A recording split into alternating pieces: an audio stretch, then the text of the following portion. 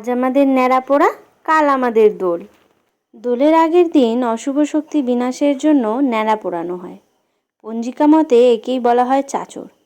প্রায় 100 বছরেরও বেশি সময় ধরে আমার শ্বশুরবাড়িতে চলে আসছে এই প্রথা। মেখলার এটি প্রথম চাচর।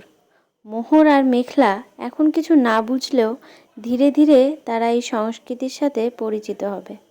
আর আশা করি পরবর্তীকালে ওরা দুজনও এই সংস্কৃতিটাকে এগিয়ে নিয়ে যাবে।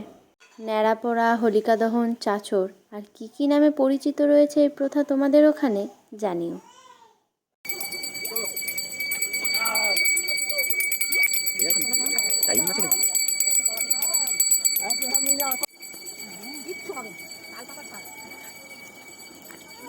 দেখেছো মামা?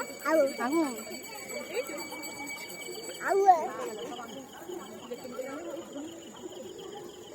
আউ